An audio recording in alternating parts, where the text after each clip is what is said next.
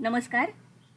अगस्त्य संहिता वाचन इस उपक्रम में मैं वैद्या प्रियदर्शनी बापटकडूज आप सभी का और वैद्य नीलेश पाटिल सर का हार्दिक स्वागत करती हूँ। श्री चरक संहिता चिकित्सा स्थान 19 अतिसार चिकित्सा, इसका हमारा वाचन चल रहा है।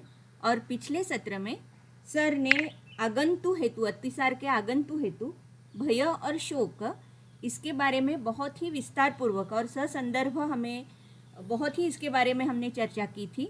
तो मैं सर से अनुरोध करती हूँ अतिसार चिकित्सा अध्याय जो है इसके वाचन का प्रारंभ करें। जी, नमो नमः। पहले जो अभी निदान का जो भाग है वो हमारा खत्म हो चुका है। तो पहले जो चिकित्सा सूत्र है वो पढ़ते हैं, उनका मीनिंग देखना, फिर उनका इलैबोरेशन देखेंगे। तो जैसे हमने लास्ट टाइम भी देखा था, सन्निपातज अतिसार हुआ, फिर उसमें हमने यथा प्रधान उपक्रम के बारे में पढ़ा था। फिर उसमें उसके बाद भय शोकज और उसके चिकित्सा हर्षण और आश्वासन ऐसे जो कहा गया उसके बारे में देखा। अब यहाँ से आगे जो निज दोषों के वजह से जो व्याधि होता है अतिसार, उसकी जो चिकित्सा है वो विस्तार पूर्वक आती है। दोषाः सन्निचितायस्य विदग्धाहार मूर्छिताः अतिसाराय कल्पन्ते भूयस्थान संप्रवर्तय न तो संग्रहणं देयं पूर्वमामातिसारिणे विबध्यमानाः प्राग्दोषा जनयन्ति आमयान्। दंडकालस्का आध्वान गहन्यर्षो गदांस्तथा शोथ पांडवामय प्लीह कुष्ठगुल्मो दरज्वरा। अगर आपको याद है तो हमने जब वातज, पित्तज और कफज अतिसार, इनमें क्या क्या डिफरेंसेस होते हैं संप्राप्ति में वो देखा था। तभी हमने ये सूत्र भी संप्राप्ति का जो भाग है उसके तौर पर हमने देखा था कि दोषों का स्वरूप कैसे होता है। तो सन्निचित और विदग्ध आहार मूर्छित, ये हमने स्वभाव जो है दोषों का अतिसार में होता है। तो अल्टीमेटली दोष तो तीन ही है, वात, पित्त और कफ, लेकिन उनका स्वभाव हेतु जिस प्रकार से सेवन होंगे उसके हिसाब से उनकी अंशांश विकल्पना बदलकर, उनका स्वभाव बदल के जहां पर स्थान वैगुण्य है वहां पर जाकर वो अन्य अन्य व्याधि करेंगे। तो अतिसार ही होगा वात पित्त कफ से, ये डिसाइड कैसे होता है, या फिर वात पित्त कफ से अर्श ही होगा, ग्रहणी ही होगा, ये जो वेरिएशन आता है तीनों दोषों से ही, लेकिन अलग अलग व्याधियों में। तो उसमें एक रीजन होता है, दैट इज हेतुओं के वजह से दोषों के स्वरूप में डिफरेंस आना, जो यहाँ पर होता है। तो अतिसार उत्पन्न करने के लिए जो दोष होते हैं उनका स्वरूप कैसे होता है हमने देखा था, सन्निचित और विदग्ध आहार।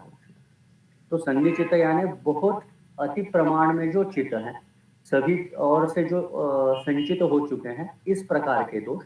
और विदग्ध आहार मूर्छित दोष, तो विदग्ध का भी मतलब हमने देखा था जो अर्धपक्व दोष होते हैं, जिनका पूरा पचन नहीं हुआ है, उसको हम विदग्ध आहार, उस आहार को हम विदग्ध आहार बोलते हैं। और ऐसे आहार से जो मूर्छित हुए हैं, अब मूर्छना का मतलब सभी ने जैसे व्याधि की डेफिनेशन भी देखी होगी, दोष और दुष्चय की सम्मूर्छना होकर व्याधि उत्पन्न होता है। तो मूर्छना यानी ऐसी चीज जिसमें जिसे आप बोल सकते हो कि वो एक रूप हो जाते हैं, इस प्रकार का दोषों का स्वभाव यहाँ पर होता है। सो ये जो आहार है जो विदग्ध अवस्था में है, अर्धपक्व अवस्था में है, जिसका अम्ल अवस्था विपाक बिगड़ चुका है, ऐसे आहार से दोष जो है वो मूर्छित हुए हैं। और इस प्रकार से क्या होता है, अतिसाराय कल्पन्ते, ये जो दोष है वो अतिसार की कल्पना करते हैं, उसमें अतिसार उत्पन्न होता है। एंड ऐसे दोषों को भूयस्थान संप्रवर्ते, ऐसे दोषों का भूयता से बहुत ज्यादा प्रवर्तन करना चाहिए, शुरुआत में संग्रहण नहीं देना चाहिए, ऐसे उन्होंने यहाँ पर कहा। अब विदग्ध आहार मूर्छित, इसका मतलब चक्रपाणी ने जो नीचे दिया है वो थोड़ा अलग है। विदग्ध शब्देन अत्र अपक्व आहार वाचिना, यानी विदग्ध शब्द से अपेक्षित ऑफकोर्स क्या है, तो अपक्व आहार, लेकिन वो अपक्व आहार के क्या हो सकता है, तो चतुर्विधम अपि आत्मा। ओके, तो वो चार प्रकार का अपक्व आहार, यानी जिसको हम अजीर्ण के प्रकार बोलते हैं, जो हमने वाग्भट सूत्र स्थान में भी देखे मात्राशीति अध्याय में, आमाजीर्ण, विदग्धाजीर्ण, विष्टब्धाजीर्ण और रसशेषाजीर्ण। तो उन्होंने विदग्ध आहार, इसका एक्सटेंशन जो है वो कहाँ पर लगाया है, तो अर्धपक्व आहार। और अर्धपक्व आहार का मतलब क्या होता है, तो अजीर्ण, जिसके चार प्रकार होते हैं, आम, विदग्ध, विष्टब्ध और रसशेषाजीर्ण। तो ऐसे उन्होंने वो विदग्ध आहार मूर्छित ये जो भाग है उसका अर्थ निकाला है। अब इस सूत्र से जो शुरुआत चिकित्सा की होती है, अब उसमें चिकित्सा की तरफ जाने से पहले कौन-कौन से चीज़ों का विचार करना चाहिए? तो मैं हमेशा जब कोई चिकित्सा अध्याय का पठन करता हूँ या फिर चिकित्सा समझने का मैं प्रयत्न करता हूँ, तो I always try to find out कि कौन-कौन से फैक्टर्स पर हमें काम करना है। तो क्या होता है कि अगर हमें ये पता है कि हमें काम किस पर करना है, तो चिकित्सा या फिर उसकी कल्पना या फिर उसका औषध जो है, उसको समझना ईज़ी हो जाता है। तो इसीलिए जब हम अतिसार की चिकित्सा करेंगे, तो कौन-सी चीज़ें हमारे सामने होनी चाहिए एज़ अ बेसिक, ओके? यानी इनको छोड़कर अब इनका वेरिएशन जो है फिर दोष विशेष यानी मग हेतुओं के हिसाब से अंशांश विकल्पना आएगी, वो सब बाद में चीज़ें हैं। लेकिन अल्टीमेटली अतिसार करते वक़्त हमें कौन-सी चीज़ों को बेसिकली टारगेट करना है, तो वो कौन-कौन सी है तो वो सामने रखी है। फर्स्ट इज़ उपहत अग्नि।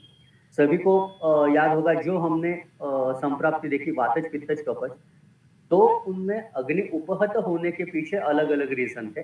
लेकिन ultimately it is going into the result of अग्नि उपहत। म्हणजे वात में भले मूत्र और स्वेद का विमार्ग गमन हुआ, उसके वजह से अग्नि उपहनन हुआ, या फिर पित्त में द्रवत्व के वजह से और कफ में सौम्यत्व के वजह से। ये तीनों के जो रीज़न्स है अग्नि मान्य करने के, वो अलग-अलग थे, लेकिन ultimately what was happening was अग्नि उपहत होना। तो उस पर हमें काम करना पड़ेगा। फिर अग्नि उपहत हुआ है तो ऑफ कोर्स उसके वजह से जो उत्पन्न होता है दैट इज़ आम। अब यहाँ पर मैं जब आम बोलता हूँ व्हाट इज एक्सपेक्टेड इज अपाचित रस या फिर विदग्ध आहार, ये जो हमने अभी सूत्र में देखा दोषासन्निष्ठा यस्य विदग्ध आहार मोक्षिता, तो उसमें first what was happening was आहार विदग्ध हो रहा था। तो उस विदग्ध आहार में अर्धपक्व आहार में हमें कुछ ना कुछ काम करना पड़ता है, दैट इज लंघन लंघन पाचन शोधन जो होता है। अब ये जो आम है अपाचित आहार रस है, it was leading to to more things. एक तो दोष साम होना और पुरुष साम होना, that was the next thing. अगर आपको अगेन याद है जो हमने चिकित्सा में देखा था पुरुषाशयम उपहत्य, पुरुषाशयम संवृत्य, ऐसे संप्राप्ति आगे हो रही थी, राइट? यानी पहले दोष प्रकुपित हुए, फिर वो पुरुषाशय में आया और वो दोषों ने सभी पुरुषाशय को कवर किया and then they lead to the अतिसार। सो ये जब वो पुरुषाशय को पूरे आवृत्त कर रहे हैं या फिर पूरे पुरुषाशय में घूम रहे हैं, तब होने वाली चीजें ये हैं, एक तो पहले दोष भी साम उत्पन्न हो रहे हैं और पुरुष भी साम हो रहा है। तो आम is a different thing. First thing to understand, जब हम आम बोलते हैं वी आर कंसिडरिंग द विदग्ध आहार, एंड जब हम साम दोष और पुरुष बोलते हैं we are expecting the specific target जो आम से युक्त दोष है और जो आम से युक्त पुरुष है। तो यहाँ पर सिर्फ आम का पचन नहीं करना है, साम दोष का पचन करना है, साम वात का, पित्त का, कफ का पचन करना है, और उसके साथ साथ पुरुषाशय में जो साममल तैयार हो रहा है उस पुरुष मल का भी पचन करना है। So that is third the target. Then तीसरा भाग जो है वो पक्वाशय है, क्योंकि हमेशा जैसे अभी कहा कि तीन ही दोष हैं और व्याधि सभी जगह हो रहे हैं, तो एक टारगेट ऑर्गन भी चाहिए। सो हमारे लिए वो टारगेट ऑर्गन कौन है, तो वो पक्वाशय है। यानी जैसे रोगानी का अध्याय विमान स्थान में आता है, तो उसमें उद्भव स्थान दो जो दिए हैं कि एक तो दो प्रकार से ही उद्भव होता है व्याधि का, आमाशयोद्भव और पक्वाशयोद्भव। तो यहाँ पर पक्वाशय को टारगेट करना है, तो हमारे जो चिकित्सा द्रव्य होंगे उनका गामित्व कहीं ना कहीं पक्वाशय पर जाना चाहिए। ओके, म्हणजे जसं फॉर एग्जांपल अपन त्रिफला मधु सर्पीशी, जब हम त्रिफला मधु और सर्पी रात में लेते हैं तो निशी नेत्र बल आए, तो रात में जब लेते हैं तो वो नेत्र को बल देता है। सो व्हाट हैपनिंग इज आप उसका गामित्व डिसाइड कर रहे हो, you are finalising its target organ as an eyes. तसं आपल्याला अतिसार हाच व्याधी ट्रीट करायचा आहे, पण त्याचे गामित्व जो है उसका टारगेट ऑर्गन जो है वो पक्वाशय रहेगा। तो पक्वाशय गामी जो द्रव्य है वो डिसाइड करने पड़ेंगे। और लास्ट में जो था जो हमने देखा था अगेन पुरुषम भित्वा, यानी पुरुष का भेदन करके या फिर पुरुष को क्लेदन करके वो अतिसार उत्पन्न होता था। तो अल्टीमेटली और एक भाग जिसको हमें विचार करना पड़ता है चिकित्सा में, दैट इज उदक धातु, जिसकी हमने अलग जब हम संप्राप्ति देख रहे तो हमने उदक संकल्पना जो चरक में शारीर में शरीर संख्या में दी है वो भी हमने देखी थी। बिकॉज अल्टीमेटली हो क्या रहा है, ये जो उदक धातु है जो जहां से नहीं जाना चाहिए था वहां जाकर वो अतिसार उत्पन्न करके बाहर निकल रहा है। तो वो उदक और उसका जो द्रवत्व है उसको भी हमें टारगेट करना पड़ता है। सो उदक धातु का पचन करना और द्रवत्व का शोषण करना। तो दीज आर द फैक्टर्स जो हम अतिसार में आगे जब हम चिकित्सा देखेंगे तो इन सभी चीजों पर हमें टार्गेट करना है. ओके, सी आता है कसं आहे मग म्हणण्याची गोष्ट अशी की मग आता ही वात पित्त और कफ की तो संप्राप्ति आपने बोली तो फिर ये अलग से क्यों एक्सप्लेन किया. तो उसका रीजन ही ये है कि बहुत बार होता यह है कि जब हम संवितोक्त ग्रंथ पढ़ते हैं, संवितोक्त सूत्र पढ़ते हैं, तो उसके पीछे एक्चुअली टारगेट्स क्या है वो क्लियर आउट नहीं होता. सो वो क्लियर करने के लिए ये फ्रेमवर्क मैंने सामने रखा है. और आगे भी जब हम चिकित्सा देखेंगे, फिर वो कोई भी औषधि कल्पना हो या फिर कोई आवस्थिक चिकित्सा हो, उसमें ये चीजों को छोड़कर चिकित्सा नहीं होती. Okay, so these are the factors which will be considering for चिकित्सा. आता चिकित्सा विचार जब हम करेंगे तो अतिसार में ना ये जो मैंने पूरी स्लाइड बताई है इसको छोड़कर और कोई प्रकार की अवस्था नहीं आपको दिखेगी. Okay, so ultimately first thing is आम.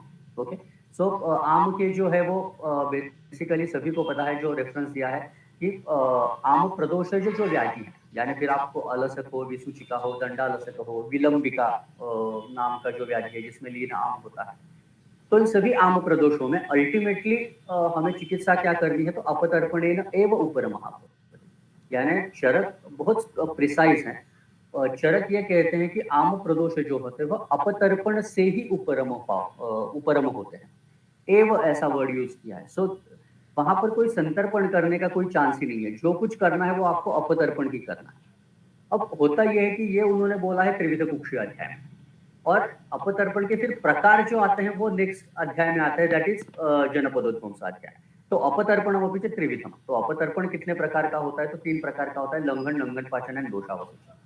ठीक है, अब फिर उसका उन्होंने इलेबोरेशन दिया है कि ये तीनों की अवस्था क्या क्या है. तो अल्प बल दोष जो होते हैं वहां पर लंघन देना है, मध्य बल हो तो लंघन पाचन करना है, और बलवान दोष और बलवान रुग्ण हो तो दोषावशेषण करना है. और फिर उसने चरक ने उनका जिसके जैसे हम बोल सकते हैं उपमान प्रमाण भी दिया है. ओके, और इसीलिए अगर आपको याद है जो हमने सूत्र नंबर कौन सा था 10, ओके, तम असाध्यम असंप्राप्तम चिकित्सेत यथा प्रधान उपक्रमेण हेतु उपशय दोष विशेष परीक्षाया. ये हमने देखा था, तभी मैंने ये एक्सप्लेन किया था कि इवन दो चक्रपाणी ये कहते हैं कि यहाँ पर यथा प्रधान उपक्रमेण, इसका मतलब लेना है कि दोष प्रधान कौन सा है उसकी चिकित्सा स्टार्ट करें एंड बाद में फिर हेतु उपशय और दोष विशेष की परीक्षा करें. सो इसका मैंने अलग जो मेरी एक इंटरप्रिटेशन है कि यहाँ पर दोष शब्द ऐसे चरक ने ऐड नहीं किया है. तो व्हाट इज एक्सपेक्टेड इज यथा प्रधान उपक्रम, यानी इन तीनों में से एक्चुअली उस रुग्ण में एप्लीकेबल क्या है. ओके, वो रुग्ण जो है वो अल्पबल है तो उसको लंघन देना जायज है, या फिर उसको लंघन पाचन देना है या दोषावशेषण देना. तो यथा प्रधान उपक्रम है, यहाँ पर अतिसार के इस अवस्था में कौन सा प्रधान उपक्रम है वो करना, डिसाइड करना, ये स्टार्ट करना है. एंड देन फिर दोष विशेष बोलते हैं कि चलो फिर ये वातज अतिसार है तो फिर वातज की निदान करके हेतु समझकर उसकी उसकी चिकित्सा कर रही यथा दोष चिकित्सा. सो वो बाद में आएगा. सो अल्टीमेटली अतिसार की चिकित्सा स्टार्ट होगी इन तीनों से. ओके, अब यही जब हम 14 से लेकर 19 तक सूत्र जब देखेंगे तो यही आपको दिखाई देगा कि ये जो 3 उपक्रम है इनका ही इलेबोरेशन, यानी ये 3 आगे वाले जो 4 सूत्र हैं उनका वो इलेबोरेशन है. ठीक है, फिर ये आम का एक ये तो प्रधान उपक्रम हो गया. अब उसके बाद व्याधी प्रतिलिप, यानी ज्याला आपण आता अतिसार घन असं म्हणून जिसको हम बोलते हैं कि ओके अतिसार पर जाने वाली जो चिकित्सा है तो ये 4 ही. ओके, यानी आप कोई भी उसमें से द्रव्य का कॉम्बिनेशन निकालो तो ये इन 4 कर्मों में ही वो बिट जाता है. एक तो दीपन है, पाचन है, संग्रहण है, संशमन है. ओके, अब इनमें ऑफ कोर्स मल्टीपल आ जाता है. दीपन पाचन संग्रहण करेंगे या फिर दीपन पाचन संशमन करेंगे या फिर पाचन करके संग्रहण करेंगे. इसका ही परम्यूटेशन कॉम्बिनेशन सभी द्रव्यों में और सभी कल्पनाओं में आता है. तो हम एक्चुअली जो अतिसार की चिकित्सा देखेंगे जिसको हम बोलेंगे कि जैसे रक्त पित्ताची चिकित्सा या फिर जोरक की चिकित्सा करना यानी लंघनम स्वेदनम काल होता, वैसे अतिसार की चिकित्सा करना यानी ये 4 कर्म करना होता है. ओके, इन 4 को छोड़कर कोई कल्प या फिर औषधी द्रव्य वहां पर नहीं आता. त्यामुळे अल्टिमेटली आपल्याला ह्या 4 गोष्टी ज्या आहेत त्या अतिसारामध्ये करायच्या आहेत. और बाद में फिर अवस्थिक चिकित्सा आती है, जैसे ऑफकोर्स प्रत्येक हर एक व्याधि में आते हैं. जैसे ज्वर में तो बहुत सारी अवस्थाएं उन्होंने दी है, अनुवासन की अवस्था है, निरोह की अवस्था है. वैसे ही अतिसार जब चिकित्सा चरक बताते हैं तो कुछ अवस्थाएं आती हैं जैसे प्रवाहिका नाम का है। अगर आप ने अगेन पहले भी पढ़ा होगा तो प्रवाहिका एज अ सेपरेट जिसे आप बोल सकते हो रोग उन्होंने वर्णन नहीं किया है। वातज पित्तज कफज में ही सब प्रवाहन मल प्रवृत्ति होती है, तो उसकी उसकी एक चिकित्सा यहाँ पर आती है। सो प्रवाहिका अवस्था की एक चिकित्सा आती है। रक्ता के साथ ही यानी पित्तज अतिसार व्यक्ति जो है वही जब अति दुष्टिजन्य आहार विहार सेवन करता है तो इट लीड्स टू रक्तातिसार, तो उसकी एज अ चिकित्सा एक आती है अवस्था में। वर्चक्षय जो होता है ये एक चीज हम बहुत बार मिस कर देते हैं। आपल्याला अतिसार की अवस्थाएं जब बोली जाती है तो हमें ये सिर्फ उपद्रव युक्त अतिसार होगा या फिर ब्लीडिंग होगा, तो यही लक्षण हमें याद आते हैं। वर्चक्षय ये अवस्था हम बहुत बार भूल जाते हैं जो अगेन अतिसार में दिखाई देती है, जिसके लिए अलग से 7 से 8 सूत्र चरक ने बताए हैं। सो वर्चक्षय यानी जब बहुत मल प्रवर्तन हो जाता है, सो अल्टीमेटली शरीर के अंदर मल का क्षय हो जाता है। उसकी चिकित्सा भी यहाँ पर उन्होंने दी है। वी कैन अगेन एज अतिदेश से हम जिसमें निदान ही हमारा पुरुष क्षय हुआ है, इसमें हम वो अवस्थिक चिकित्सा हम यूज कर सकते हैं। तो ये एक अवस्था जो जनरली हम अतिसार चिकित्सा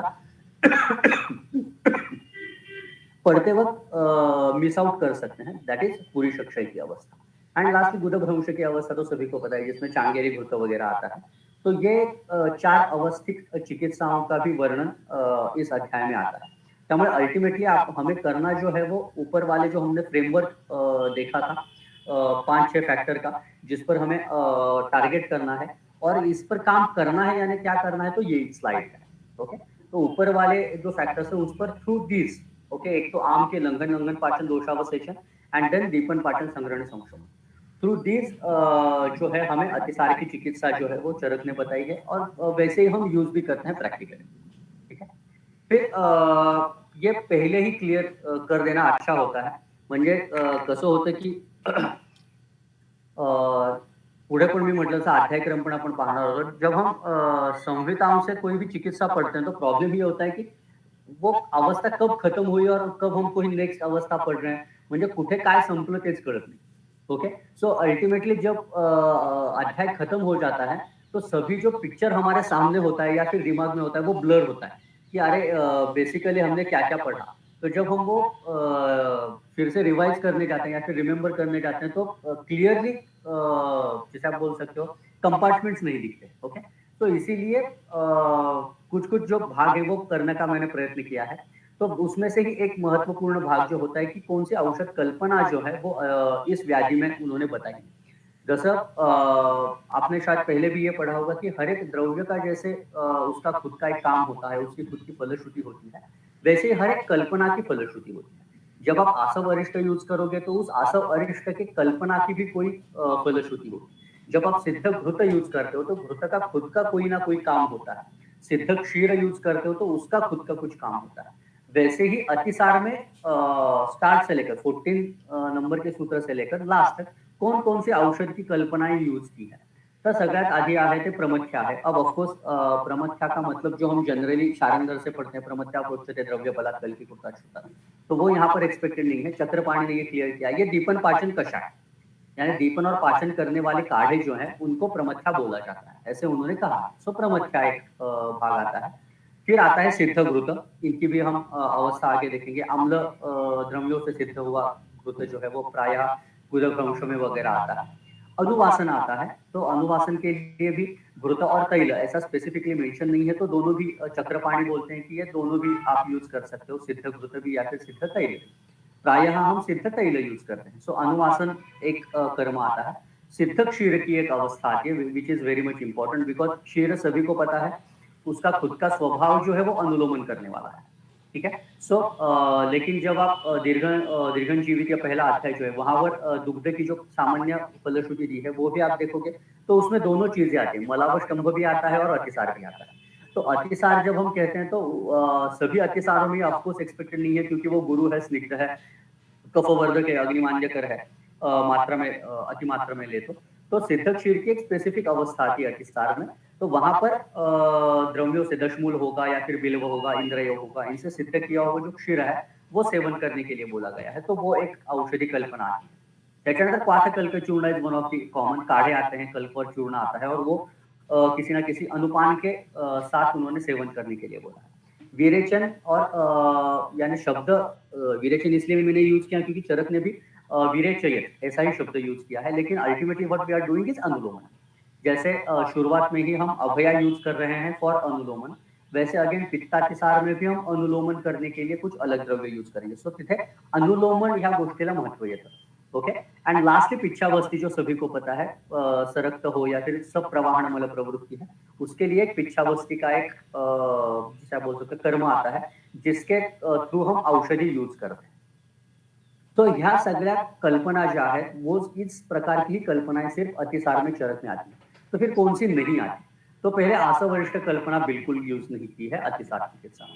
सिर्फ इवन दो आसवरिष्ठ जो है वो स्रोतरोध नाशक है या दीपन भी है, सभी को पता है, मध्य कल्पना है, पाचन है.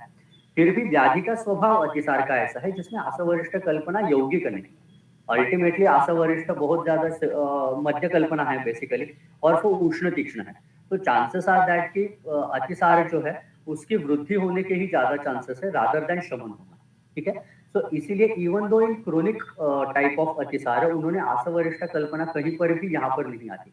अगर आप देखो कि आसवरिष्ठ कल्पनाएं जो आती है वो प्रायः जिनमें स्थिर और चिरकालीन दोषों की संचिति होती है, ऐसे व्याधियों में आसवरिष्ठ कल्पनाएं बहुत रिकरेंट आती है.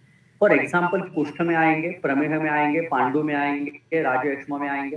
तो ये सभी जो व्याधियां हैं जिनमें प्रभुत मात्रा में इवन इन ग्रहणी, तो इन सभी व्याधियों में अगर आप देखोगे तो बहुत कालों से कुछ ना कुछ दोष संचित हैं, वो स्थिर हो चुके हैं, स्त्यान पिच्छिल स्वरूप के हैं, और वो अभी स्रोतसों को छोड़ नहीं रहे हैं. इस प्रकार की जब अवस्था होती है तब आसवरिष्ठ कल्पनाएं यूज की जाती है. ऐसी अवस्था अतिसार में नहीं है. अगर आप वाग्भट का भी निदान पढ़ोगे तो वहां पर ग्रहणी और अतिसार इनमें डिफरेंस ही उन्होंने दिया है कि ग्रहणी जो होता है वो चिरकारी होता है और अतिसार जो होता है वो आशुकारी होता है. फॉर द व्हेरी रिझन म्हणून तुम्ही मध्वासव वगैरे असे ग्रहणी में उल्लेख आते हैं आसवरिष्ठ के. इवन कफज ग्रहणी में उन्होंने चूर्ण आसवरिष्ठ यूज करने के लिए बोला है, लेकिन अतिसार में कहीं पर भी ये कल्पना आती नहीं. Okay. I am speaking only in context with Charak. Okay. त्याच्यानंतर अवलेह और रसक्रिया का भी वर्णन यहाँ पर नहीं आता, बिकॉज बोथ ये कल्पना जो है वो खुद में गुरु है. ठीक है. म्हणून आपण ह्या कल्पना कुठे वापरतो जिथे अग्नि उत्तम है, जहां पर वो अग्नि का बल इतना है कि वो डाइजेस्ट को कर पाए, और फिर वो कफ पर जाने वाली वगैरह अवस्थाएं जो होती है, जैसे आपने पढ़ा होगा हिक्का श्वास में अवलेह आता है, कास में अवलेह आता है, राजयक्ष्मा में आता है. तो ऐसी अवस्था में अवलेह रसक्रिया ऐसी चीजें वहां पर आती है. गुटी की अवस्था यहाँ पर दी नहीं है, आपण वापरतो ही गोष्ट वेगळी. हम प्रैक्टिकली बहुत सारी गुटी के स्वरूप में ही मेडिसिन हम अतिसार में भी यूज करते हैं, ये बिल्कुल है. लेकिन कोई भी, जैसे फॉर एग्जाम्पल चित्रकारी गुटी, ऐसा वर्णन ग्रहणी में आता है.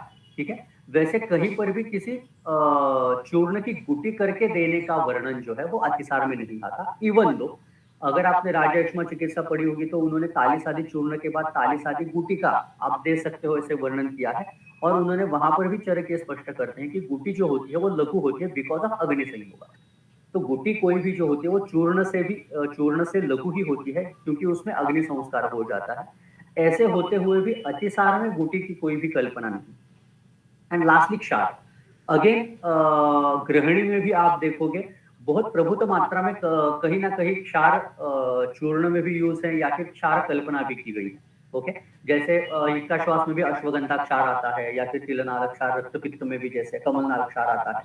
वैसे कोई भी औषध की क्षार कल्पना जो है या फिर मशी कल्पना जैसे हम बोलते हैं वो अतिसार में नहीं आती, इवन दो दे आर अग्नि दीपन करने वाले. ओके. जैसे क्षार को बोला है अनल, यानी क्षार इतना उष्ण होता है कि वो साक्षात अग्नि ही होता है, ऐसे भाव प्रकाश बोलते हैं. और ऐसे होते हुए भी अतिसार में क्षार कल्पना यूज नहीं की है.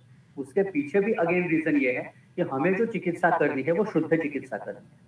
यानी ये जो हम शुद्ध चिकित्सा की व्याख्या बोलते हैं, न अन्य मुदीर. तो एक से ठीक है अग्निदीपन और पाचन तो आपने कर लिया, लेकिन उससे अगर कोई और दोष बढ़ रहा हो या फिर व्याधि बढ़ रहा हो तो वो कल्पना, वो औषध जो है वो अयौगिक होता है. उसी को ध्यान में रखकर यहाँ पर क्षार कल्पना भी जो है वो नहीं कही है चरक ने. इसलिए आपने देखा होगा दो प्रकार, यानी आसवरिष्ठ और क्षार, ये सभी चाहते हैं जो उष्ण तीक्ष्ण बहुत ज्यादा होते हैं इसलिए वो यूज नहीं हुआ, या फिर अवलेह रसक्रिया जो गुरु है इसलिए इस प्रकार की कोई भी औषधि कल्पना का वर्णन यहाँ पर नहीं होता. ओके. आता ह्याचा हे सगळं पाहण्याचं कारण हे आहे, की आता इथून पुढे ज्यावेळी आपण अतिसाराचा रुग्ण आपल्या समोर येईल ना, तर what we can do is we can select from औषधी कल्पना which are mentioned in left side. बरोबर. म्हणजे आता आपल्याला एकदा अतिसारामध्ये काय-काय देऊ शकतो असं म्हटल्यानंतर मुझे समजो चित्रकारी चूर्ण देना है तो better I will go for चूर्ण रादर दॅन गुटी किंवा मग क्षार. म्हणजे ह्या गोष्टी एकदा सांगितल्या नाहीयेत म्हणजे मग मी काय देऊ शकतो हे एकदा कळलं, कि पेशेंट जब हमारे सामने आएगा तो हमें एक फ्रेमवर्क होता है जैसे ऊपर चिकित्सा का फ्रेमवर्क हमने दिया कि ओके इस पेशेंट में हमें इस फैक्टर्स पर काम करना है. वैसे ही विच कल्पना I can use according to Charak तर ते घ्या. ओके. सी अगर आप उत्तरकालीन ग्रंथों में जाओगे तो वहां प्रॉब्लम ये हो जाता है कि वहां औषध को महत्व ज्यादा आ जाता है, रुग्ण को महत्व कम होता है. इसीलिए आप भैषज रत्नावली, योग रत्नाकर ऐसे ग्रंथ देखोगे तो वहां पर ये जो चिकित्सा के पीछे सूक्ष्म विचार होता है ना, जो बृहत्त्रयी में है वो नहीं होता. त्यामुळे मग तिथे मग सगळंच क्षार, गुटी-वटी सगळंच येईल. ओके. पण तिथे हा जो न दोषम न अन्य दोषम उदीरयेत किंवा मग अपुनर्भव चिकित्सा, ये जो सूक्ष्म विचार होता है कि कोई भी कल्पना भी जब आप चूज करते हो किसी चिकित्सा के लिए, तो उस कल्पना का भी फलश्रुति का विचार करके वो डिसाइड करना, ये चीजें आगे की उत्तरकालीन ग्रंथों में लिखी है. वो सीखने की जो बात होती है वो बृहत्त्रयी में. ओके. म्हणून ह्या कल्पना कुठल्या-कुठल्या वापरतात हे इथं मी लिहिलं ताकि सभी को वो थोड़ा दिमाग में रहे कि अपन क्या-क्या यूज कर सकते हैं इन अतिसार. अब ये जो अध्याय क्रम का मतलब ये है कि फिर से जब हम अध्याय पढ़ते हैं किसी भी चिकित्सा का, तो एटलीस्ट कहाँ से कहाँ तक कौन से चिकित्सा सूत्र का वर्णन है, इसलिए ये मैंने ये रखा है कि आता अध्याय क्रम का मतलब ये है कि मैं ये मेरे लिए रिमाइंडर था कि मुझे ये बताना है, ठीक है? सो अगर आपके सामने चरक है तो वो एक बार ज़रूर देखिए क्योंकि वो इम्पोर्टेंट है क्योंकि इवन दो मैं वो वेबसाइट पर भी करूँगा तो आपको वो क्लियर नहीं होगा. सो बेटर है कि आपके आगे जो संहिता होगी वो रेफर कीजिए. तो 14 नंबर से हमारी चिकित्सा शुरू होती है. तो 14 नंबर के सूत्र से लेकर जो 19 नंबर तक है, वो साम दोषों की चिकित्सा कही गई है.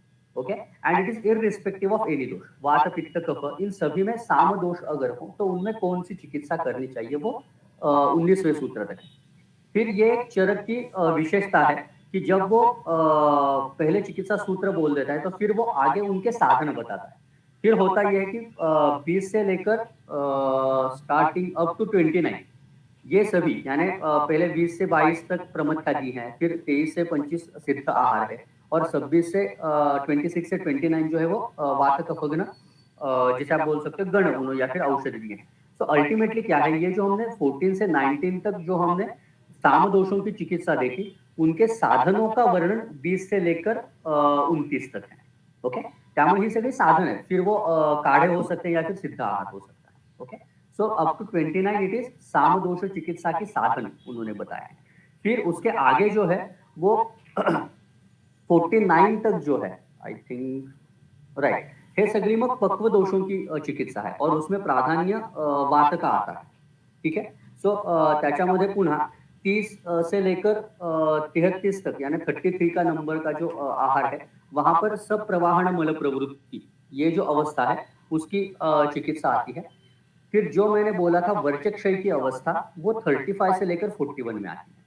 सो 30 से 33 तक प्रवाहिका, फिर 35 से लेकर 41 तक वर्चक क्षय की अवस्था और आगे वाली अवस्था तो क्लियर है यानी 42 से लेकर 45 तक गुदभ्रंश, गुदपाक ये सभी अवस्थाएं वहां पर आती है. और 47 से लेकर 49 तक इट इज अ अवस्था ऑफ सिद्ध क्षीर.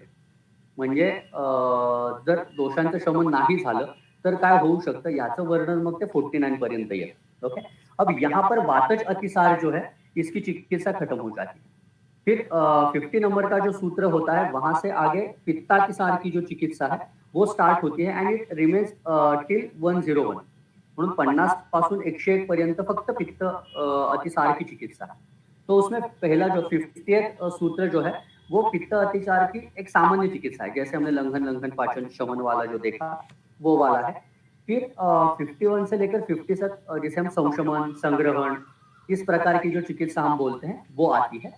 फिर 57 से लेकर 62 तक मग त्याच्यामध्ये कर्म येतात, म्हणजे विरेचन आहे, अनुवासन आहे, पिच्छावस्थी आहे, ये सभी कर्म उसमें बीच में आती है. और 69 से आगे रक्तातिसार की चिकित्सा स्टार्ट होती है. तो वो अभी 69 जो सूत्र है, वहां से आगे फिर 101 नंबर का जो सूत्र है, वहां तक पूरा का पूरा रक्तातिसार की चिकित्सा है, ओके, इंक्लूडिंग पिक्षावस्थी। और फिर लास्ट में 102 नंबर का जो सूत्र है, वहां से लेकर 121 तक, ओके, वहां तक फिर कफज अतिसार की चिकित्सा है। फिर उसमें सामान्य चिकित्सा, फिर उनके द्रव्यों की कल्पना वगैरह, ये सभी चीजें, और एक पिक्षावस्थी वगैरह भी वहां पर आ जाता है। और लास्ट में जो 122 जो है, वातस्य अनुजयत पित्तम, पित्तस्य अनुजयत कफम, त्रयाणाम व जयत पूर्वम यो भवेत बलवत्तम। इट एक्चुअली ये चिकित्सा जो है वो सन्निपातज ज्वर की चिकित्सा है, ओके। म्हणजे पहले वात का शमन करना चाहिए, फिर पित्त का और फिर कफ का। ये जो क्रम है, it is not for general अतिसार चिकित्सा, इट इज फॉर सन्निपातज अतिसार चिकित्सा, ओके। जैसे ज्वर में भी आपको पता होगा कफ स्थानानुपूर्व्या, ऐसे ज्वर सन्निपातज ज्वर की चिकित्सा बोली है, वैसे सन्निपातज अतिसार को तो ये 122वां जो सूत्र है उसको फॉलो करना होता है, okay. So this is the क्रम। इसीलिए मैंने कहा कि पहले सामदोष, फिर उसके साधन, फिर वातज की जो अवस्थाएं अलग अलग आती है, गुदभ्रंश वगैरह वगैरह, इनकी अवस्था, फिर पित्तातिसार, और फिर कफातिसार और सन्निपातज अतिसार, और उसमें अलग अलग फिर बीच में रक्तातिसार आएगा, फिर वर्चक्षय और गुदभ्रंश की अवस्था आएगी। ऐसे उन्होंने कैटेगराइजेशन किया है। जनरली होता यह है कि हमारे सामने जब पूरा हम अध्याय पढ़ते हैं तो ये कैटेगराइजेशन नहीं आता, इसलिए ये जो सूत्र था वो देने का प्रयास किया है, ओके। आता त्याच्यानंतर पहिली जी जो पहिलाही सूत्र था हमने वो एक बार देख लेते हैं, और फिर ठीक है। आता ह्याच्यामध्ये जे पाहिलं होतं, न तो संग्रहणम देयम पूर्वम आमाति सारिणे विबध्यमाना प्राग दोषा जनयंती आमयन बहु, ये तो हमने देखा था कि शुरुआत में संग्रहण नहीं देना चाहिए, क्योंकि अगर इसमें आप संग्रहण देते हो, सो व्हाट हैपेंस इज विबध्यमाना प्राग दोषा, दोषों का विबंध हो जाता है, और उनके वजह से जनयति आमयन बहु, बहुत सारे व्याधि जो होते हैं वो उत्पन्न हो जाते हैं। तो दोष विबद्ध होना और उसके वजह से वो अन्य स्थानों में जाकर बहुत सारे व्याधि उत्पन्न करना, ये होता है। और उनका ये हमने पढ़ा था दंडकालसक से लेकर ज्वर तक। अब वो जो आता प्रॉब्लेम क्या होता है, अपन पुन्हा हे फक्त बहुत बार हम ये सिर्फ पढ़ के आगे चले जाते हैं, ओके। इनके पीछे कॉज एंड इफेक्ट रिलेशनशिप जो होता है वो क्या होता है वो हम जनरली ध्यान नहीं देते, ओके। ते मी बहुतेक, ओके। तो दिस इज मेरे हिसाब से ये जो व्याधि हैं ये इस तरह से कैटेगराइज होते हैं। ये जो पूरे जो वाग्भट चरक ने जो व्याधि बताए हैं कि अगर आमातिसार में आप संग्रहण देते हो, पेशेंट में ऑलरेडी सामामल जा रहा है, और then you goes for this, कहते हैं वो लोपेरामाइड हम यूज करते हैं, या फिर कुटजारिष्ट वगैरह हम शुरुआत में ही दे देते हैं। अगर ऐसा हो तो ये इतने सारे व्याधि हो सकते हैं, तो ये किस वजह से होंगे, तो उसको कैटेगराइज करने का मैंने ट्राई किया है कि ये सभी व्याधि, तो आधमान एंड गुल्म ये भी उसमें आता है। तो ऑफकोर्स ये किस वजह से होगा, तो वो वात की वजह से होगा। दंडकालसक हो, ग्रहणी, अर्श ज्वर, ये किस वजह से होगा, तो ये जो विबध्यमान दोष है, जो दोष बाहर नहीं निकल रहे हैं, then they will affect the अग्नि, या फिर वो आम के साथ मिक्स हो जाएंगे और पूरे शरीर में फैल जाएंगे, और उसके वजह से दंडकालसक हो सकता है, या फिर ग्रहणी अर्श हो सकता है, या फिर अगर वो रस धातु को ही दुष्ट कर पूरे शरीर में घूम जाए तो वो ज्वर कर सकते हैं। और उसके लास्टली जो व्याधियों का संग्रह आता है, वो अगर आप देखोगे तो उसमें कॉमन फैक्टर आपको फाइंड आउट होगा, दैट इज उदक, यानी शोथ हो, पांडु हो, प्लीहा हो, कुष्ठ हो, उदर। इन सब में क्या होता है, जो हमने उदक संकल्पना देखी थी अतिसार में, तो वो भी बाहर निकल रहा है। वो जो प्राकृत नहीं है, जो दोषों से दुष्ट है, आम से दुष्ट है, ओके। तो ऐसा जो दुष्ट उदक है जो अल्टीमेटली बाहर निकल रहा है, उसको भी आपने स्टॉप कर दिया, तो वो जो खराब हुआ जल महाभूत है वो कहीं ना कहीं तो जाएगा। तो वो जाकर कौन से व्याधि कर सकता है, तो शोथ, यानी सिराओं को, यानी बाह्य सिरा प्राप्य, वहां पर जाएगा तो वो शोथ करेगा। धातु और पित्त के साथ मिक्स होकर पूरे शरीर में फैलकर त्वक मांसांतर अवस्था में जाएगा तो वो पांडु करेगा। प्लीहा की जगह जाएगा तो वो प्लीहा दुष्टि करेगा। जो हमारे सप्त दोष दुष्ट का संग्रह है, यानी तीनों दोष और त्वक रक्त मांस लसिका, इनमें अगर वो क्लेद स्वरूप ज्यादा हो जाए, इट विल लीड टू कुष्ठ।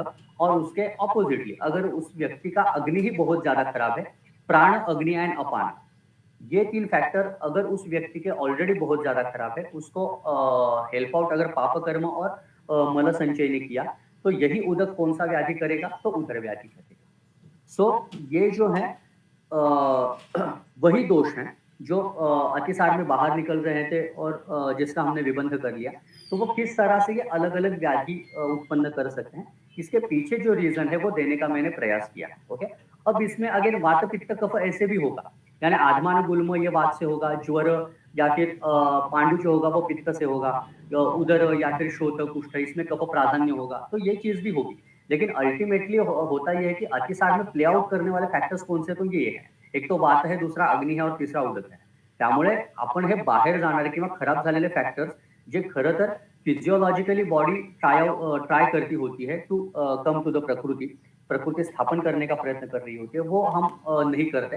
तो ये कॉमन फैक्टर जो अतिसार कर रहे हैं तो वो खराब होकर ये कैसे व्याधि हो सकते हैं, ये एक्सप्लेन करने का प्रयास मैंने यहाँ पर किया है. अब उसके आगे वाला जो सूत्र है वो सभी को पता है. कृच्छ्रम वा वहताम दद्यात् अभयांस्तं प्रवर्तिनी तया प्रवाहिते दोषे प्रशाम्यति उदरामया. आणि म्हणून वो क्या चरक क्या बोलते हैं, तस्मात् उपेक्षेत उत्कृष्टा. That is very much important. इसीलिए ये जो दोष बाहर निकल रहे हैं उनकी उपेक्षा कीजिए. लेकिन वो कौन से स्वरूप वाले दोष वो भी समझना जरुरी है. म्हणजे सगळ्यांमध्येच उपेक्षा करा असं नाही. तर दोन प्रकार आहेत, उत्कृष्टान आणि स्वयं.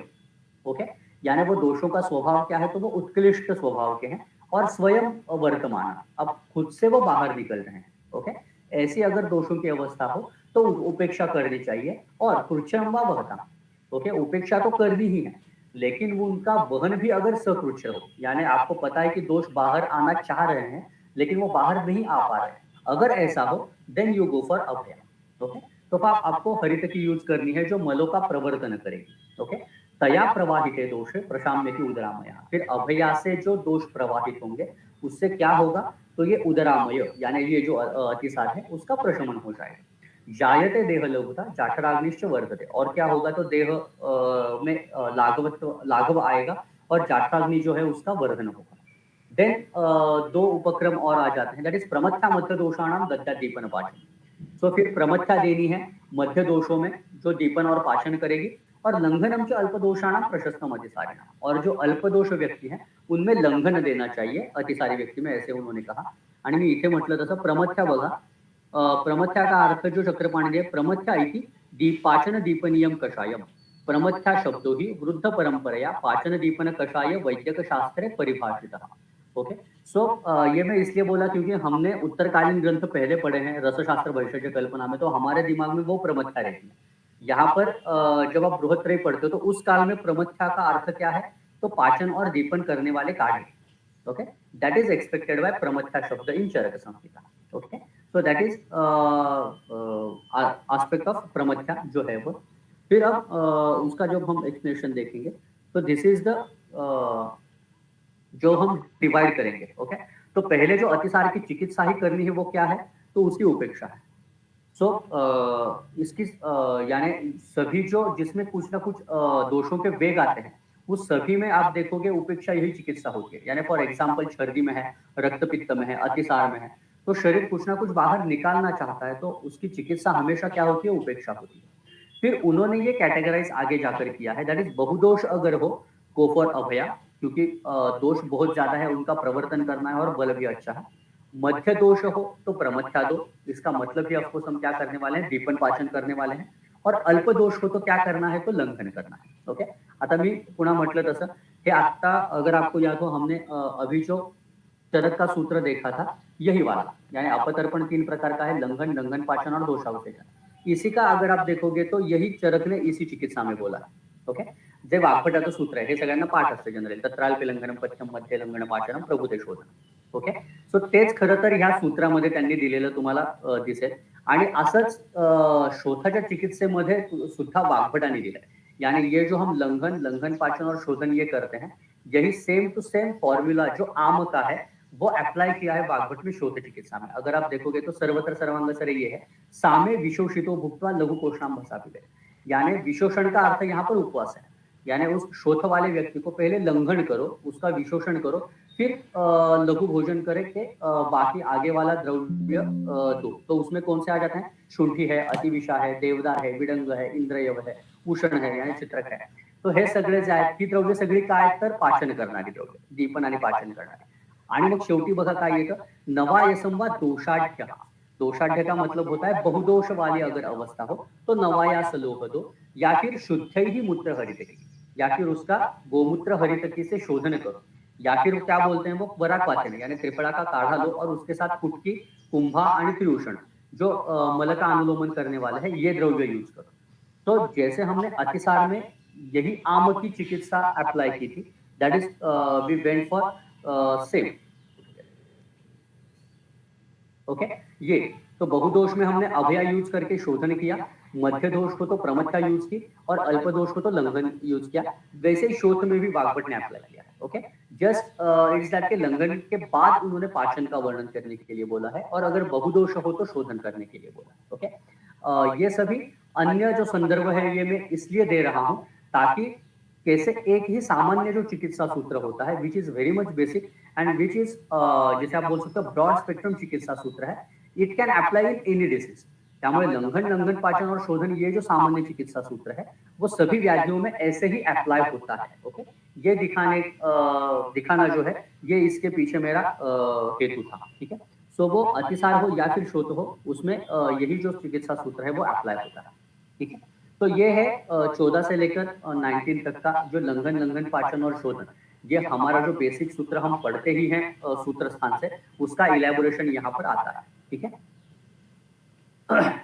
अब उसके बाद मैंने जैसे कहा ये जो हमने सामान्य चिकित्सा सूत्र देखा तो उसके लिए कौन से साधन हम यूज करते हैं, तो वो जो आते हैं वो यहाँ पर आते हैं। ठीक है, सो प्रमथ्या जो हमने देखा था उसके लिए क्या क्या यूज करना है, तो पिप्पली नागरम धान्यम भूतिकम अभयावशा, रिवेरम भद्रमुस्तानि बिल्वम नागर धान्यकम कृष्णपर्णी स्वदंशाच समंगा कंटकारिका, तीसरा प्रमथ्या विहिता श्लोकार्धे अतिसारिका। तो ये 3 प्रकार की प्रमथ्याएं दी हैं श्लोकार्धेही यानी अर्ध अर्ध श्लोक, यानी एक एक चरण जो है उससे एक एक प्रमथ्या करनी है। यानी पिंपली से लेकर वचा तक एक प्रमथ्या, रिवेर से लेकर धान्यक तक एक और लास्ट में कृष्णपर्णी से लेकर कंटकारी तक। ऐसी 3 प्रमथ्याएं जो है वो अतिसार व्यक्तियों के लिए विहित यानी यूज की जा सकती है। और उसके साथ उन्होंने और एक चीज दे दी, दैट इज सिद्ध जल, दैट इज वचा प्रतिविषाभ्याम यानी वचा और अतिविषा, मुस्त परपटके नमः, मुस्ता और परपटक, रिवेर शुंगवेराभ्याम या फिर लास्ट इज रिवेर यानी उशिर का ही जो भेद है, और शुंगवेर यानी शुंठी, पक्वम व पाये जल या फिर जल को पक्व करके वो देना चाहिए। फिर इसका सिद्ध जल कर सकते हो जैसा हम षडंग में कर रहे हैं।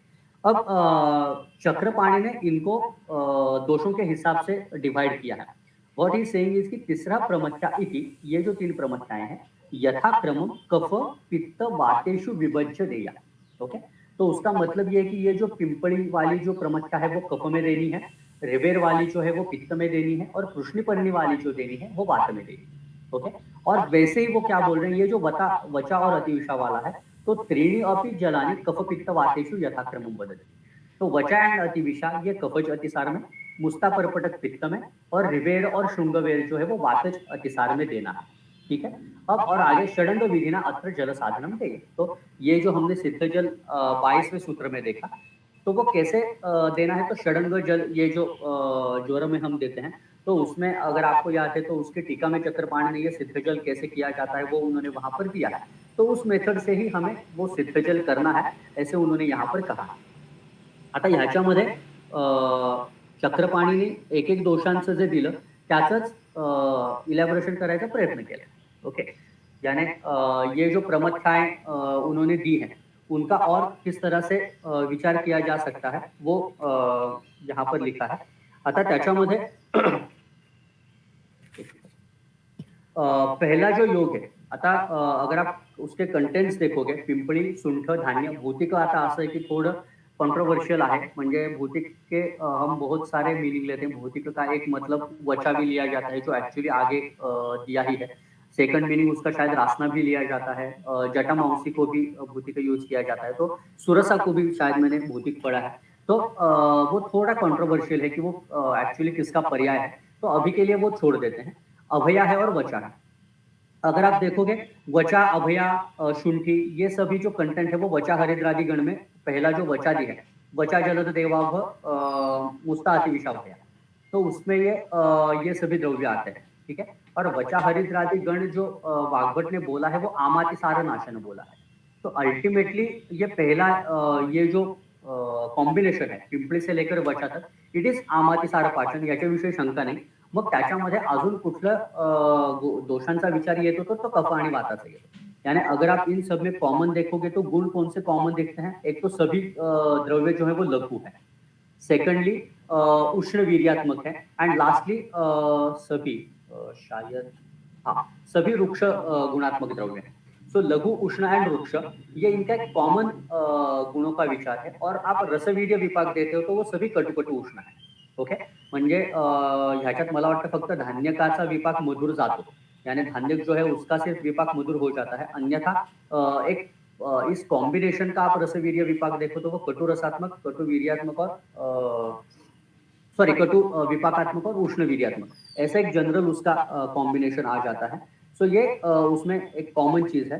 तो ये अल्टीमेटली यूज जो होता है वो कैसे होता है तो वो दीपन और पाचन करना that is the main characteristic. और दोषों पर जब आप जाओगे तो कफ एंड बात इवन दो कटु और रस और कटु विपाक होते हुए भी उष्ण वीर्य जो होता है वो रस और विपाक जो होता है उनका आविर्भाव करता है. ओके त्यामुळे तिथे उष्ण वीर्याने काम होऊन जे होतं ते वात शमनाचं कर्म होतं. इवन आप देखोगे पिंपड़ी अभया और वचा ये तीन द्रव्य जो है वो वात का अनुलोमन भी करती है. इसलिए आपने अगर गुल्म चिकित्सा देखी होगी तो इसमें ये कॉम्बिनेशन बहुत बार आता है वचा पिंपड़ी और अभया. क्योंकि वो क्या करते हैं तो मल को और वात को नीचे अधोग करते हैं तो अपान का अनुलोमन करने वाले हैं. सो अगर आप देखोगे तो कफ घन ऐसा कर्म करना और कफ घन के साथ साथ वात अनुलोमन करना ये जो कर्म है वो पिंपली नागर धान्य भूतिका अभया वचा इन कॉम्बिनेशन से होता है. और धान्य का फायदा ये होता है कि वो जिसे आप बोल सकते हो इट इज नॉट अ तीक्ष्ण द्रव्य. म्हणजे बाकी के अगर आप द्रव्य देखोगे तो वो तीक्ष्ण है लेकिन धान्य जो है वो तीक्ष्ण द्रव्य नहीं है. तो उसके वजह से वो बैलेंस हो जाता है. तो वो धान्य जो है वो त्रिदोषग्न भी है, दीपन पाचन संग्रहण सभी है, हृदय है. तो ये सभी चीजें हैं. तो धान्य जो है उसके वजह से पाचन तो होता है और बाकी द्रव्यों को वो बैलेंस आउट भी कर देता है. तो ये कॉम्बिनेशन कफ घन करना और वात का अनुलोमन करना और उसके साथ साथ दीपन पाचन तो करना ये है. ये ऊपर वाला जो कॉम्बिनेशन है उसका वो कार्य कारण भाव. आगे वाला अगर आप देखोगे दैट इज पित्त एंड कफ म्हणजे रिवेर भद्र मुस्तानी बिल्वम नागर धान्य कफ. ऊपर वाले और नीचे वाले में अगर आप देखोगे तो दो द्रव्य कॉमन है शुंठी एंड धान्य का. तो वो कॉमन रहेंगे यानी नागर और धान्य का ये नीचे भी है और ऊपर भी है. और चेंजेस इज उशीर मुस्ता आणि बिल्व या तीन गोष्टी पित्त और कफ में ऐड हो जाती हैं. सो that is a difference thing. वो जो तीन द्रव्य है ना वो एक्चुअली उस द्रव्य का गामित्व जो है वो बदल देते हैं. बिल्व के बारे में बोलने की जरूरत नहीं है. बाल बिल्व जो है वो पथ्यकर है यानी वो वात कफग्न भी है, उष्ण भी है, त्याच्यानंतर काय तीक्ष्ण आहे, दीपन पाचन संग्रहण आहे. लेकिन बिल्व का सबसे इम्पोर्टेंट एस्पेक्ट ये है कि जनरली हमारे दिमाग में या फिर हम जब शमन के तौर पर बिल्व को यूज करते हैं तो प्रायः वो हम यूज करते हैं संग्रहण के तौर पर. यानी मल को संग्रहण करना इसका ये हमारा ध्यान होता है जब हम बिल्व यूज करते हैं. लेकिन अगर आप बस्ती के कल्क द्रव्य देखोगे स्पेसिफिकली वातघ्न बस्ती के जो कल्क द्रव्य होते हैं तो उसमें बिल्व जो आता है वो बार बार आता है. ओके अगर बिल्व नाम का द्रव्य सिर्फ संग्रहण है और बाहर जाने वाले जो चीजें हैं उनको सिर्फ रोकता है ऐसे होता तो जहां जहां विबंध होता है जहां जहां बस्ती हम यूज करते हैं वहां पर एज अ कल्क द्रव्य बिल्व यूज नहीं होता. बिल्व का फायदा ये होता है कि इवन दो इट इज संग्रहण वो स्तंभन नहीं करता और दोषों को पक्व करके बाहर निकालने का काम बिल्व करता. ही गोष्ट बिल्वाच्या बाबतीत खूप जास्त फायद्याची होते. म्हणजे बिल्व हा काही फक्त जसं लोपेरामाइडने सगळं बंद केलं बाहर काही पाठवायचंच नाही बाहर कुछ निकालना ही नहीं है पक्वाशय से ऐसे करने वाला बिल्व नहीं है. बिल्व दीपन पाचन संग्रहण करके दोषों को निरूहण करने में भी फायदा करता है. तो बिल्व जो है वो सिर्फ रोकता नहीं है मल को उसको पाचन करता है फिर वो उसको बाहर निकालने में भी मदद करता है. That is the importance of बिल्व. इसीलिए बहुत सारे वातघ्न बस्तियों में कल्क द्रव्यों में बिल्व का उल्लेख बहुत बार आता है. सेम काम जो होता है वो हम आगे भी देखेंगे. इंद्रयोग इस द्रव्य का होता है. इंद्रयोग जो है वो भी पाचन संग्रहण करके फिर दोषों को बाहर निकालने भी मदत करता है. म्हणून ही जी द्रव्य आहेत ना ही रिकरंटली तुमच्या कल्कांमध्ये येतात. म्हणून तुम्ही पाहाल ते आस्थापनोपग अनुवासनोपग अशा ठिकाणी ह्या बिल्वाचा किंवा इंद्रयवाचा निर्देश येतो. तर तो फायदा बिल्वाचा होतो. म्हणजे बिल्व फक्त स्तंभन नाही करत पाचन करून बाहेर काढायला मदत करतात. So that is one thing. और दूसरा उशीर एंड मुस्ता. अब उशिर एंड मुस्ता ये दोनों शीत हैं, लेकिन फिर भी ये दोनों द्रव्य रुक्ष गुणात्मक हैं। तो फायदा ये होता है कि ये जो कॉम्बिनेशन है 5 द्रव्यों का, वो शीत होने की वजह से पित्त शमन करना, लेकिन at the same time because they are पित्त रसात्मक एंड बिकॉज दे आर रुक्ष, वो कफ का भी शोषण करते हैं.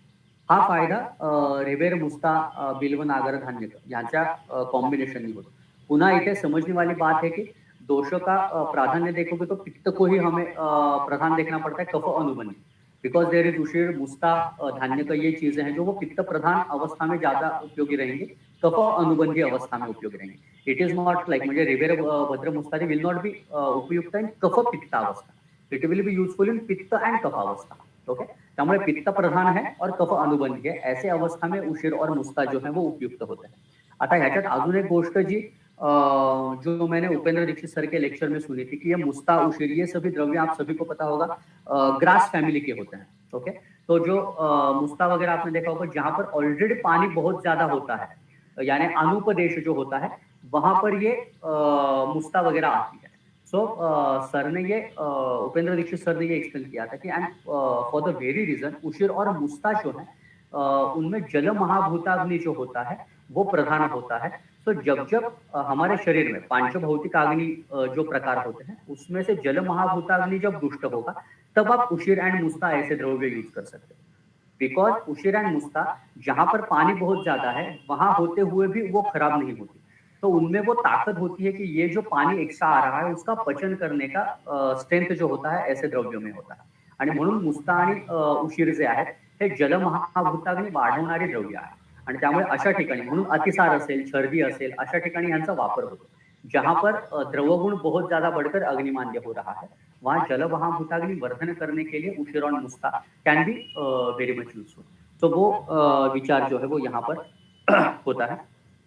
और लास्ट वाला जो कॉम्बिनेशन है दैट इज कृष्णपर्णी शोधन का समंगा कंटकारी. आता पुनः इनमें अगर आप देखोगे तो इंटरेस्टिंग थिंग ये है कि समंगा को छोड़कर बाकी जो द्रव्य हैं कृष्णपर्णी शोधन का कंटकारी ये लघु पंचमूल वाले द्रव्य हैं.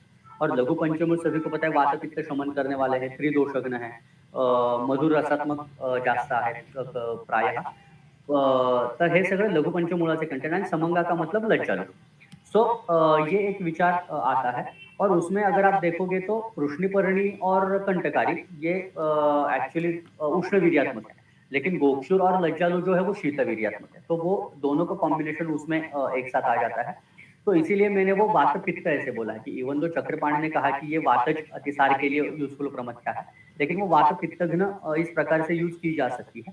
और इंटरेस्टिंगली और एक चीज ये है कि अगर आपको याद है तो हमने वातज अतिसार की संप्राप्ति जो देखी थी उसमें क्या था कि मूत्र और स्वेद जो थे उनका जो एक्स्ट्रा क्लेद था वो पुरुषाशय में आ रहा था, उसको विमार्गगम करके पक्वाशय में ला रहा था and then it was causing अतिसार. तो एग्जैक्टली गोक्षुर वगैरह ये जो द्रव्य हैं वो एक्चुअली क्या करते हैं, तो ये जो मूत्र से क्लेद वाहनम का कर्म है वो कैरी आउट करते हैं. तो जो हमारा क्लेद पुरुषाशय में जा रहा था उसको रोककर वो मूत्र मार्ग से बाहर निकालने का काम भी शोधनुष्ठा और कंटकारी करते हैं. कंटकारी का भी आपने देखा होगा बहुत बार जो क्या बोल सकते हो यूरिनरी ट्रैक से रिलेटेड जो कुछ व्याधि है जिसमें शूल और दाह आता है वहां वहां पर बृहति द्वय का उपयोग बहुत बार आता है, बृहति और कंटकारी दोनों का. त्यामुळे खूप ठिकाणी म्हणजे आपले किडनी स्टोन इसके वजह से जब शूल वगैरह होता है तो उसके लिए जो ग्रंथोक्त कॉम्बिनेशन आते हैं वहां पर बृहति और कंटकारी का उपयोग बहुत बार आता है. तो ये अपान का क्षेत्र जो होता है वहां पर अगर शूल हो and if it is specifically related to urinary tract वहां पर कंटकारी और बृहति आता है, तो वो भी एक भाग है. तो म्हणून मी म्हटलं तसं वात की जो संप्राप्ति थी क्लेद वाली उसको बंद करके उसके प्राकृत स्थान में लाना दैट इज थ्रू मूत्र लाना, ये भी कर्म इस योग से होता है. ठीक है. सो फॉर दैट मैटर ये कृष्णपर्णी शोधन का समंग और कंटकारी जो है विच इज यूजफुल मोर इन वात प्रधान पित्त अनुबंधी अवस्था, नॉट इन पित्त वात. म्हणून वात प्रधान आणि पित्त अनुबंधी. आणि कंटकारी वगैरह का फायदा क्या होता, तो वो वात शमन भी करती है, वात का अनुलोमन करती है, शूल प्रशमन है. और समंगा का तो कार्य स्पष्ट है, वो स्तंभन करती है. स्तंभन का मतलब मल संग्रहण करती है. और कृष्णपर्णी अगेन त्रिदोषग्न है. म्हणजे कृष्णपर्णीचा फायदा हा आहे की ते त्रिदोषग्न आहे आणि मधुर रसात्मक मधुर वीर्यात्मक आहे, त्यामुळे वात आणि पित्त दोघांचं दोनों का शमन करने वाली है, सॉरी. और उष्ण वीर्य है, रक्त प्रसादन करने वाली है. तो ये सभी कृष्णपर्णी वगैरह के फायदे हैं. तो ये लघु पंचमूल के मेजर कंटेंट्स जो वात प्रधान पित्त अनुबंधी अवस्था में यूजफुल होते हैं, ठीक है। तो ये अभी के लिए जो प्रमथ का हमने देखा था इसका इलेबोरेशन करने का ट्राई किया है। तो मुझे लगता है अभी टाइम हो चुका है, हम 8:30 हुए हैं। सिद्ध जल और आगे वाली चिकित्साएं हम अगली लेक्चर में देखेंगे। अगर कोई डाउट्स है तो आप पूछ सकते हो। बहुत बहुत धन्यवाद सर। बहुत ही स्पष्ट रूप से और बहुत सारे, जैसे हमेशा ही होता है कि आपने बहुत सारे कल्पनाएं जो है या जो बेसिक कंसेप्ट्स है वो आपने बहुत क्लियर कर दिए हैं। किसी को अगर कुछ प्रश्न है तो आप पूछ सकते हो।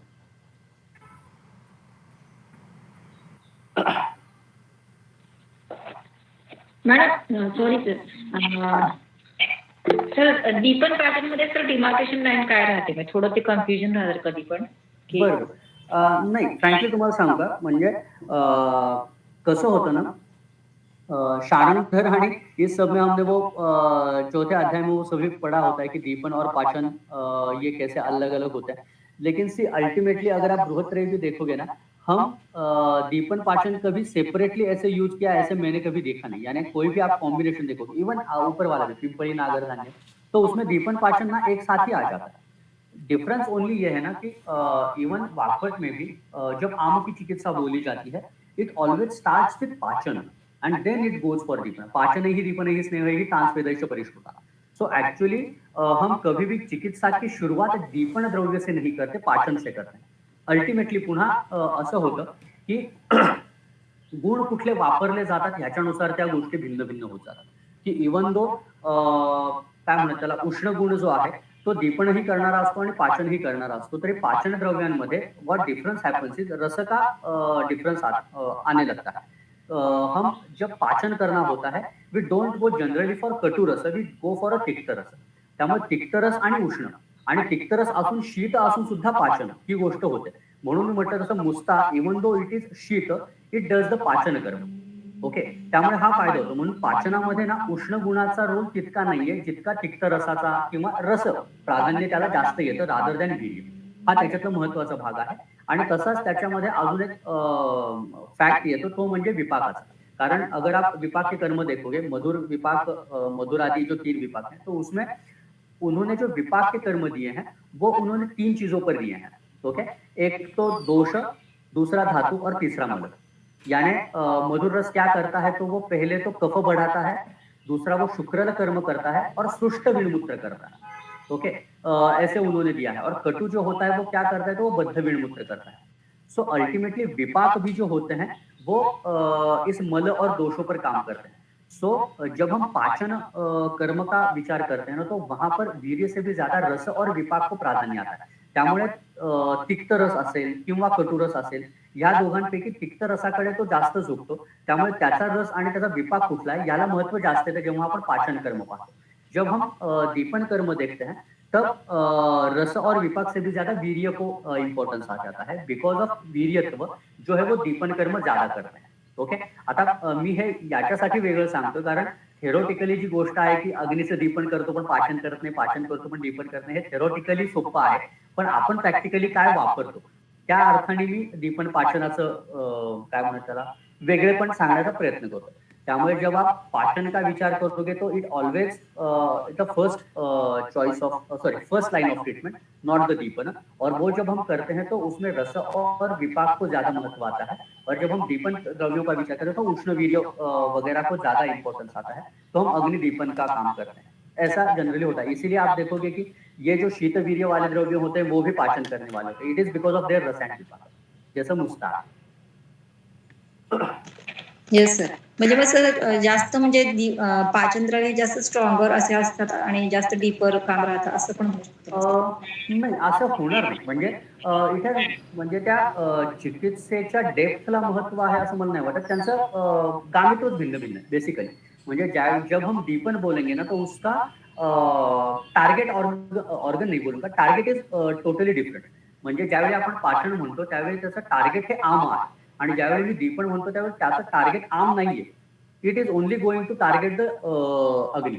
आता प्रॉब्लेम काय होतो सांगतो, म्हणजे अग्निमांद्य नावाची जी गोष्ट है ना, ती वेरियस फैक्टर्स ही है। म्हणजे जैसे जैसे हमने बल और वर्ण के बारे में देखा था, वैसे अग्नि दीप्त रहने के लिए अलग अलग चीजें लगती हैं। जैसे फर्स्ट बेसिक थिंग जो होती है, बेसिकली ईंधन वन पहिली बेसिक चीज होती है अग्नि दीप्त रहने के लिए. तद ईंधन आहे अंतरग्नि है स्थिति. ऐसा चरक बोलते हैं विविधाशित पीतिया. अगर आपने ईंधन ही नहीं दिया तो अग्नि मांद्य हो जाएगा. तो ऐसे अगर अग्नि मांद्य हो तो वहां पर दीपन द्रव्य देने से अग्नि दीपन नहीं होगा. वहां पर आपको पेया विलेपी या वागु ऐसी आहार कल्पना देनी होगी. तो अनशन करने की वजह से जो अग्निमांद्य हुआ है वहां पर दीपन होगा. बिकॉज वहां पर ईंधन कम पड़ रहा है इसलिए अग्निमांद्य हुआ है. तो what you are going is जो हेतू विपरीत चिकित्सा क्या होगी मग त्याच्यामध्ये पिंपळी सुंठ देऊन काही उपयोग नाही. तिथे तुम्हाला साधी यवागू दिली तरी त्याचा अग्नी वाढेल. कारण होत काय होतं त्या चुलीमध्ये लाकडच कमी पडत होती. तो दैट वाज वन. सेकेंडली होता है दैट वाज जैसे हमने कहा अजीर्ण का सेकेंडरी इफेक्ट करके, या फिर बहुत बार होता है कफ का उपलेप होकर अग्निमांद्य होना, या फिर तीसरी चीज होती है प्राण अपान एंड समान. इन तीनों चीजों की दृष्टि होकर अग्निमांद्य होना. यानी बहुत बार क्या होता है की अपान का प्रतिलोम होकर वो अग्निमांद्य करता है. मग अशा वेळी दीपन करणारी द्रव्य वापरून उपयोग नाही. तिथे चिकित्सा वापरायला लागते वात अनुलोमन करणारी, मग दीपन होतं. म्हणून अशा वेळी वात अनुलोमन प्लस दीपन ऐसा करने वाले द्रव्यों का विचार करके दीपन होता है. ओके. सेम अति स्नेह के वजह से अग्निमांद्य होता है जैसे गृहिणी में होता है. तो वहां पर चिकित्सा रुक्ष वाली होती है. सो अलग अलग फैक्टर्स के वजह से अग्नि पर इफेक्ट होता है. उसके हिसाब से दीपन द्रव्य चेंज होता है. आम नाम की जो चीज है उसमें ये व्हेरिएशन नहीं आता. ओके. आम हा आम असतो. मग त्याच्यामध्ये तुमचं ते कुठल्या हेतून आलाय हे बाजूला राहतं. तुम्ही अल्टिमेटली तुम्हाला काय वापरायचंय तर पाचन वापरायचंय. दीपनाला थोडे अँगल्स आहेत. म्हणजे कुठल्या कारणाने अग्निमांद्य सॉरी कौन से कारणों से अग्निमांद्य हुआ है उसके हिसाब से आपको द्रव्य डिफर करना पड़ता है. पाचन में जनरली बहुत वेरिएशन नहीं आता. You are just targeting the अपाचित आहार रस जो अभी के लिए आगे दिख रहा है, या फिर दोष दुष्य सम्मोचन आगे दिख रहा है. आपने अगर प्रमा जोशी का मैडम का भी अगर लेक्चर सुना हो तो उन्होंने भी ये आम दो अलग तरीके से दिया है. एक तो उष्ण अल्प बलत्वेन और दोष दुष्य सम्मोचन. एंड इवन अकॉर्डिंग टू प्रमा जोशी मैडम बहुत सारे हम जो जनरली बोलते हैं ना कि प्रायः व्याधि जो होते हैं वो आम से उत्पन्न होते हैं. तो वहां पर मैडम ने ये स्पेसिफाई कर दिया कि वो जो आम होता है वो दोष दुष्य सम्मूर्छना जनित होता है. सो सॉरी दोषों का जो सम्मूर्छना है उसके वजह से होता है. तो वहां पर आम पाचन करने वाले जो द्रव्य होते हैं वो जनरली दोष पाचन करने वाले और ये सम्मूर्छना तोड़ने वाले होते हैं. तो that is a difference thing. म्हणून खूप वेळा आपण ही जी आता आपण पिंपळी नागर धान्य भौतिक अवयवाच्या अशी जी द्रव्य वापरली ये बहुत बार सिर्फ अपाचित आहार रस को ही पचन नहीं करते. ये जो दोषों की सम्मूर्छना होकर वो द्रव्य जल सेवन इस प्रकार का जो आम तैयार होता है उसका भी पाचन करने वाले होते हैं. म्हणून आपण खूप वेळा जे असं म्हणतो ना की साम दोषांचं पाचन करना ऐसे जब हम बोलते हैं वी आर एक्चुअली बहुत बार हम एक्ट करते हैं नॉट जस्ट फ्रॉम अपाचित आहार रस. We are acting on that अन्योन्य मूर्छना से जो आम तैयार हो रहा होता है उस पर हम काम कर रहे हैं. सो आम को ये दो एंगल्स होते हैं अपाचित आहार रस और दूसरा दोष सम्मूर्छना. इस पर ही हम जनरली एक्ट करते हैं. और दीपन को बहुत सारे एंगल्स होते हैं. तो वो किस वजह से अग्निमांद्य हुआ है उसके वजह से वो टारगेट होता है. हे ओव्हरलॅपिंग असतं हे मात्र नक्की आहे. म्हणजे दीपन और पाचन कर्म बहुत ज्यादा ओवरलैपिंग होता है लेकिन उनका टारगेट तो बेसिकली डिफरंट है. एक में आम है और दूसरे में अग्नि है. फक्त ते कशा मार्गाने करायचंय हे कदाचित व्हॅरी होऊ शकतं एवढं निश्चित आहे. पण मी म्हटलं तसं ज्यावेळी पाचनाचा आपण जास्त विचार करतो ना तिथे रस आणि विपाकाचा जास्त विचार इनडायरेक्टली होतो आणि दीपन करताना वीर्याचा होतो असं निश्चित आहे. कारण ह्याच्यात कसं होतं की दोघांचं टार्गेट ऑर्गन प्रायः जास्तीत जास्त आमाशय आणि ग्रहणी इथपर्यंत राहतं त्याच्या पुढे जात नाही. Okay sir, thank you. खूप छान सांगितलं. थँक्यू. धन्यवाद सर. ये बहुत ही अच्छा रस और वीर्य इसमें हम कैसे देख सकते दीपन पाचन का कर्म. ये एक अलग सा एक एस्पेक्ट मेरे ख्याल से सबको मिला है आज. तो आज के लिए हम यहीं पर रुक रहे हैं. बहुत बहुत धन्यवाद. फिर से मिलेंगे नेक्स्ट सोमवार को. थँक्यू.